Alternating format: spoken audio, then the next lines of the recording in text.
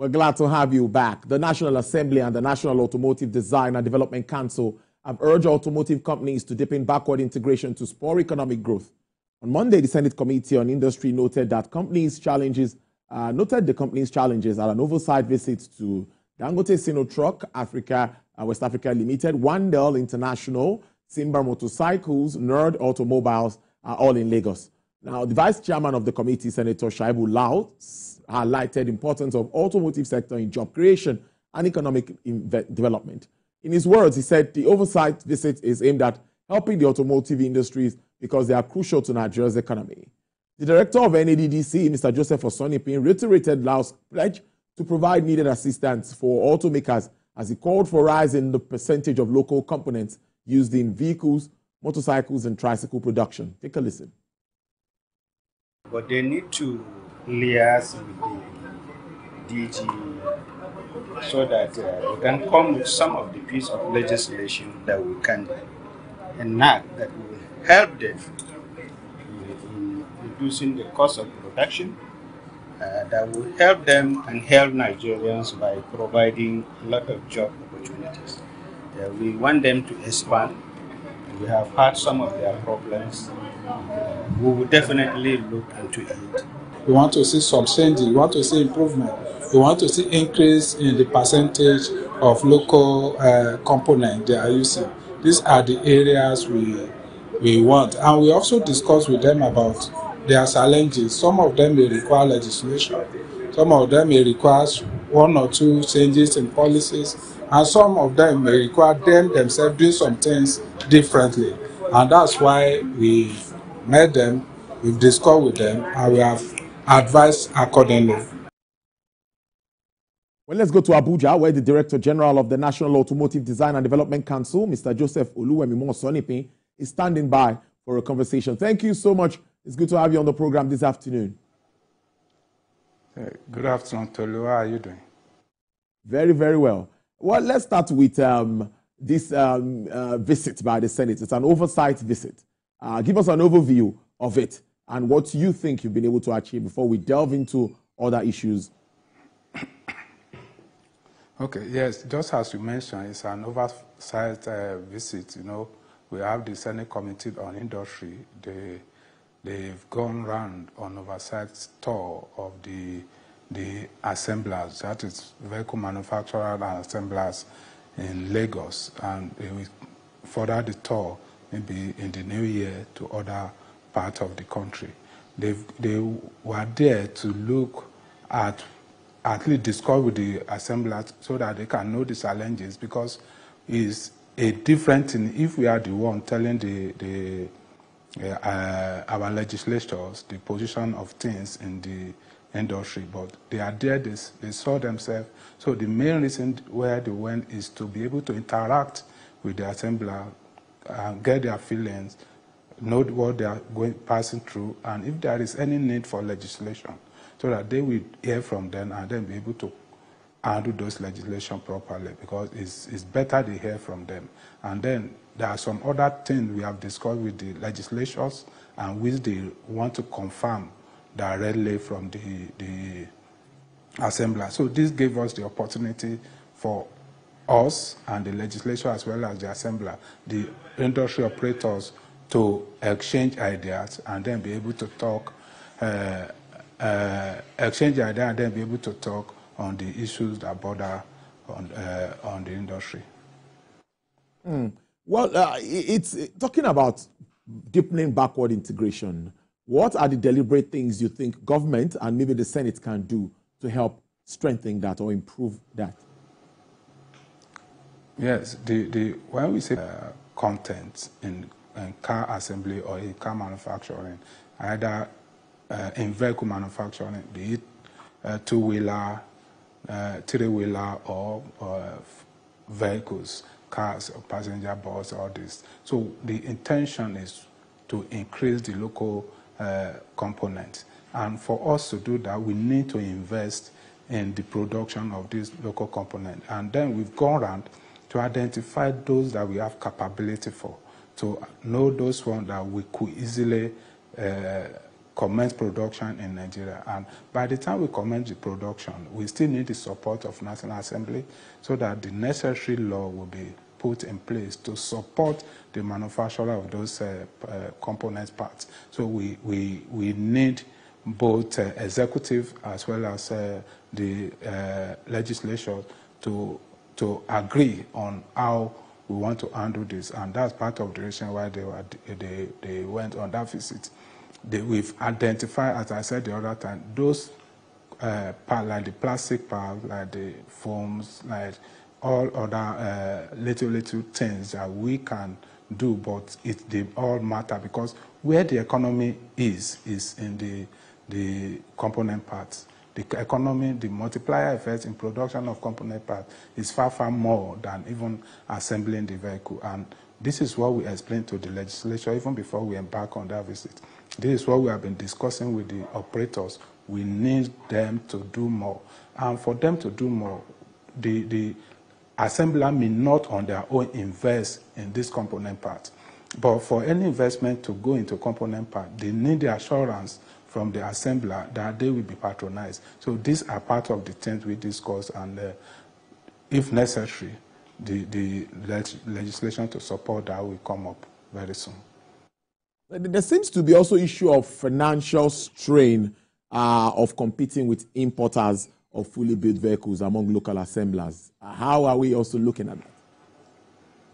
Okay, we are looking at that through a lot of means. Number one is tariff. We discussed the issue of tariff also with the National Assembly, and we are discussing it at the executive level. The minister is aware, and I'm sure the minister is doing something about it. So the issue of tariff was raised by the assemblers because we need to use tariff to support the assemblers. So it's part of what was discussed. Apart from that, for them to be able to compete, you have to do something that will take actions that will reduce your cost of production.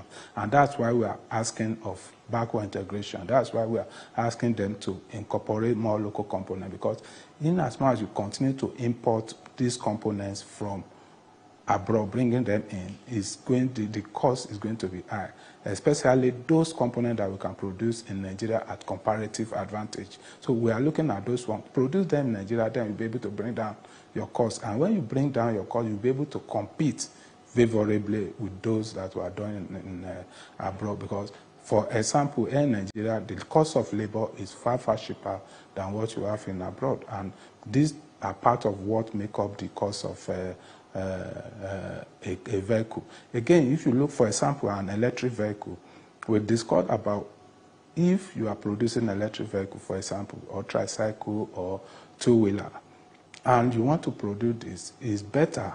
The cost of battery alone is between 50 to 60% of the cost of the vehicle. So if you can do something about that, by doing backward integration, we've seen it happening in some countries in Africa where the assemblers invest in battery production. You can bring the cell in, and then they do the packing and every other thing. So by so doing, they bring down the cost of battery. Immediately you bring down the cost of battery, it's going to bring down the cost of the final product. And then you'll be able to compete favorably with the one coming abroad. So everything is all-encompassing. Backward integration, infusing more local components will lead to reduction in price in the cost of production, and thereby lead to the reduction in the price of those vehicles. And then encourage more consumers to patronize the local assemblers. Now, you visited lots of plants, manufacturing plants, assembling plants, and all of that. What would you say about the level of standards that you're saying Nigerians produce? And which of these parts of vehicles, do you think we have more strength in at this time? Okay, concerning the standard of the vehicle, world over, OEMs, the known OEMs don't produce everything about the vehicle. They produce some parts, they have the design, and then they have other OEM that produce the engine, produce other parts for them. The same thing. The same thing happen here in Nigeria. The assembler don't produce the engine the same way the well-known OEM don't do that. So they bring them together and assemble. What that means is the main difference between us and them is the process of putting them together. So that means the quality of what will come out can only be affected by the process. And that's why we always work with them to make sure that the process is okay. Immediately the process is okay, the quality and the standard that will come out will be okay. So I can guarantee you that the quality and standard coming out of those factories we visited are of international standard. And we have seen that, for example, if you go on Nigerian road, you see that majority of the truck that are plying Nigerian road today are actually, in fact, almost 80% of them are manufactured right here in Nigeria, especially the truck. And then again, you see, we are at one of the company where they assemble tricycle and two-wheelers. All this one too, the quality you get if you bring them from abroad is what you are going to get here. Then we identify those, as I mentioned, we identify those, the plastic parts, for example. We have ability to manufacture almost all the plastic parts of a vehicle. We can do that. Most of the interior of a vehicle, we have the ability to do almost everything on the interior. So the one we don't have the ability to do are the engines and now the construction of the chassis. But in some part of the vehicle, we do construction of the chassis. So especially in truck, we do construction of the chassis. In some buses, we do construction of the chassis. So it means we need to identify all this. We need steel. Steel is one of the major materials that we need to do all these products. And we immediately we source this steel. This can be done. Majority of the things that require steel can be done right here in Nigeria. Especially, as mentioned again before, the plastic part. Everything about plastic can be done. Almost 90% of the plastic work can be done in Nigeria. That also sounds well. Now, let's look at some challenges before we wrap up our conversation. Aside funding and all of this that you've identified, there's still some challenges bedeviling that space. I'm also aware that even servicing sometimes after sales becomes an issue. So what more is NADDC doing to make sure that all of this, so that when you get these cars locally manufactured, you don't have to wait months when they have problems, when you take them to the technician to get them fixed? No, these are issues. Yes, we've heard that before, and we have discussed with the assembler about that. By Monday and Tuesday, we'll still be engaging the assembler, the stakeholders. We'll be having a stakeholder conference meeting where we are going to discuss some of these issues that the customers have raised, because we have a unit in our council that attend to some of the complaints from the customers.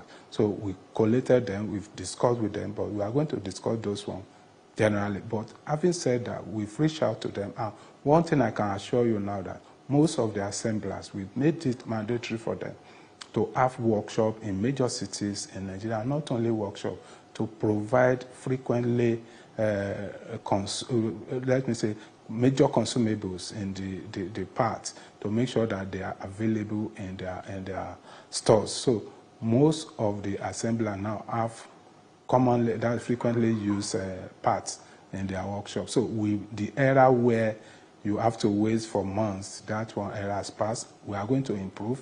I'm not saying things like that don't happen before. It did happen, but we are working on that, and there's a lot of improvement compared to what it used to be.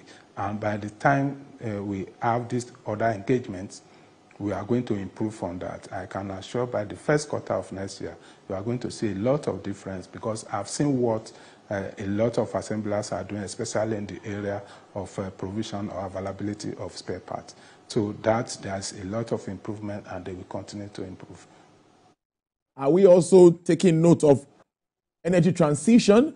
Are we thinking of, you talked about electric cars, I know you mentioned, but how much more energy are we also putting into that? That's to thinking about gas-powered vehicles, CNGs, and of course, electrical charged vehicles. Look at our challenge of power grid collapse now, every now and then. Do you think that we are ready for all of this? Yes, we are actually ready.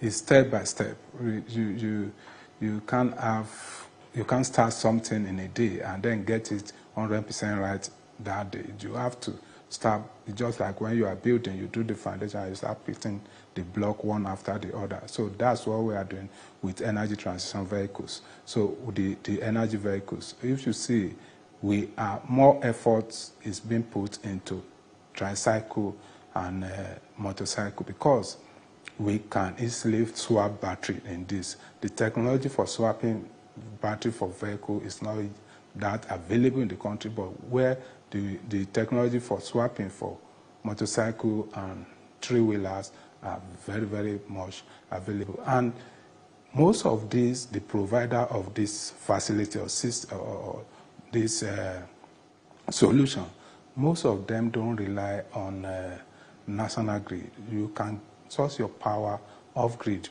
to the use of solar, and most of our own charging station in my office is even off grid. So we can source power off grid. So the power from grid may not affect a lot the performance of electric vehicle because there is opportunity for us to source our power elsewhere. But having said that, we are putting in place necessary measures to make sure that as we are growing, let me take CNG for example. We have invested a lot of effort in CNG. We have trained a lot of technicians on how to convert a PMS power vehicle to a CNG vehicle. And a lot of people are embracing it because we've seen, even the senators saw something, it's one of them in one of the assembly plants. And when they asked questions, they were marveled by the reduction. The reduction you are going to get in cost of fueling or powering that vehicle because you are going to get sometime as much as 60 to 70% reduction in the cost of powering them. And this gas, federal government is working on provision of necessary infrastructure to support CNG. In September this year, about 122 billion was made available to about 6 entities in 6 geopolitical zones to provide infrastructure for gas. And a lot of investment from private sector, from government is going to provision of this infrastructure. Immediately we get this infrastructure already, then you will see the way the rapid growth we are going to witness in conversion of vehicles that will be being powered by PMS, being converted also to a CNG power vehicle. Sorry, we are ready for that because we have trained a lot of the technicians and they are capable to carry out that conversion. In NADDC, we accredit the workshops, and we have accredited a lot of workshops across the country that can convert for whoever is interested in this conversion. But I can tell you some of the converted vehicles are still hybrid, which means you can use PMS and you can use CNG. So when you get to area where there is gas, you can easily fill your gas. And when you get to area where there is no gas, you can use your PMS. But very soon, there is going to be a lot of development in the area of provision of infrastructure to support gas. I must thank you so much, Director General of the NADDC, Mr. Joseph Oluwemimo Osonipe.